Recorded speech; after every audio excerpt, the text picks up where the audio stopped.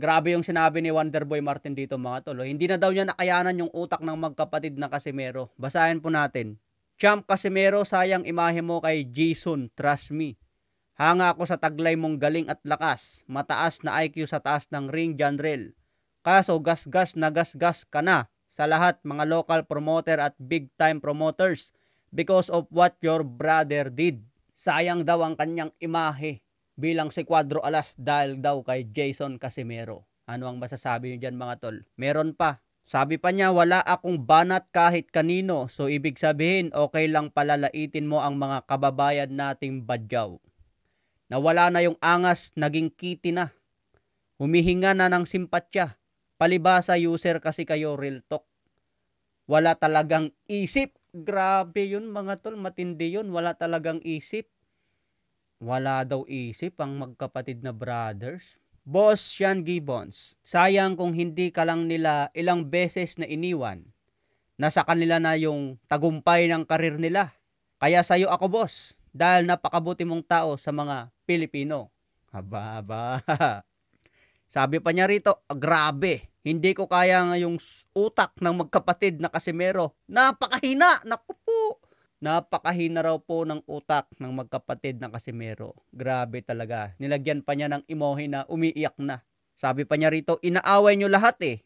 Sino na lang magbibigay sa inyo ng laban? Aba, inaaway daw lahat mga promoters, local promoters. So ayan mga tol, bisitahin niyo po ang Wonderboy Martin sa Twitter X.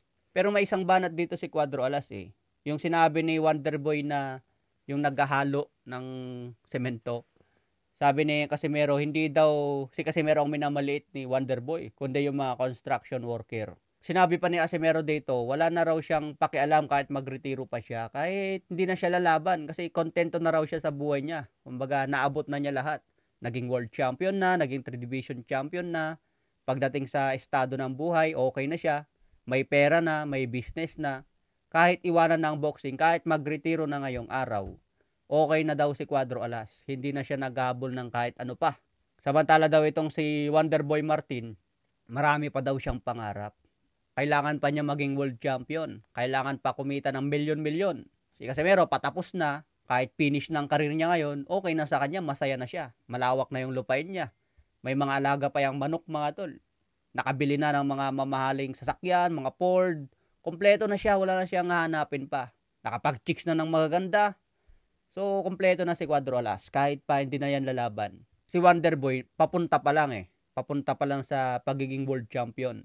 Marami pa siyang dadaan ng malalakas. Tulad ngayon, nakaumang agad si Sam Goodman laban kay Wonderboy. Ang kailangan lang gawin ni Wonderboy, patunayan niya na kaya niyang maging world champion. Ang mahirap dito kapag natalo si Wonderboy sa world championship fight. Matik lahat na ng alagad ni Casimero. Talagang ibabash din itong si Wonderboy Martin. So kailangan ngayon ni Martin magpursige. Magkakaroon siya ng mas matinding motivation para maging world champion na. Okay, hanggang sa next update.